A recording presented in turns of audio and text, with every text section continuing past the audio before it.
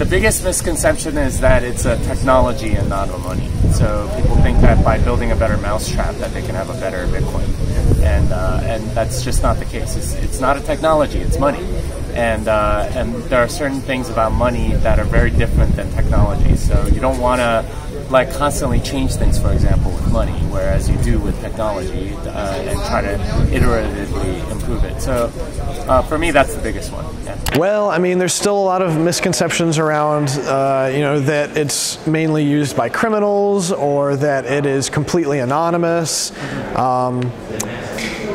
I think a lot of people don't understand how difficult it still is to actually secure it and to use it privately. So there are a lot of people right now who have access to good financial infrastructure, and they don't really see much incentive for them to educate themselves and better understand it. And so whatever the mainstream media tells them is what they're going to believe. And you know, that will probably be the case for the foreseeable future. I think the biggest misconception is really just people don't understand why Bitcoin. People look at it and they think, okay, what is Bitcoin? But they don't really think about the why. And the why is answering the question of like why it exists in the first place and where it fits into the grand scheme of things. But I think we're getting closer to people understanding that and people understanding what it's needed for. Like if you look at the lexicon that we have today, if you look at the panel or even just discussions in general, people are starting to talk about fiat. They're making a differentiation between, you know, fiat and money. Whereas 10 years ago, people just say money, right? Now they say fiat. And that's actually an improvement because fiat is not money. Money is money. Fiat is a form of money, an inferior form of money. But just this leaking into the general terminology that people are using is a good thing because it means they're smartening up and understanding that the world is not as they thought it was. The biggest misconceptions about Bitcoin is that it's a cheap way to pay for coffee, that it's a cheap payment mechanism, or that it was meant to disrupt Visa.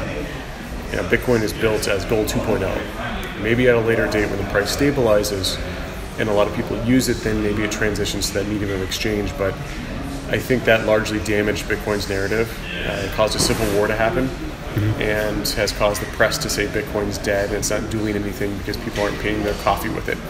Paying for their coffee with it. Whereas, you know, when we look at gold, gold is worth $7 trillion and no one uses it to pay for anything. So, you know, I think that's the biggest misconception that's led to a big misalignment in expectations.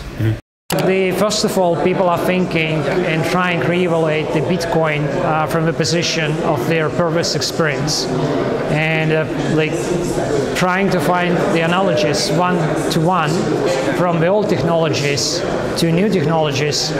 There is no like the even close analogies. The Bitcoin is absolutely different.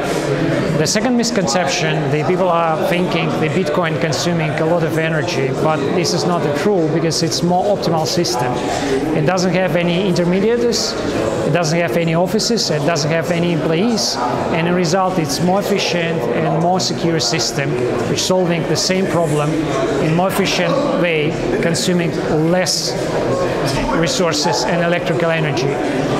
The people just forgetting what all the bank system, all the ATM machines, all our financial system right now consuming in times bigger amount. People who doesn't understand the technical background, who doesn't understand how the tool are working, who doesn't touch the technology, they just making not like true predictions. You should try to use the technology. You should better understand the technology. Then you can build the better conclusions.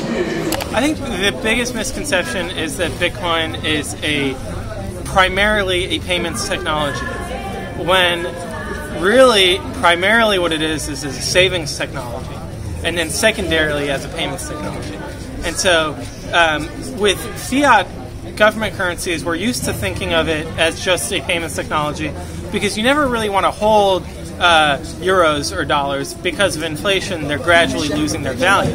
So you want to either be putting them to work by putting it into an interest-earning savings product, or by buying stocks on the stock market or bonds or whatnot. Or you want to consume and go out and buy a house, buy a car, etc. Because governments deliberately make money inflationary to discourage people from saving and to encourage them to go invest and consume. And so I kind of see that subsidy as being an artificial negative on the economy, because now people are trying to get rid of their money as quickly as possible.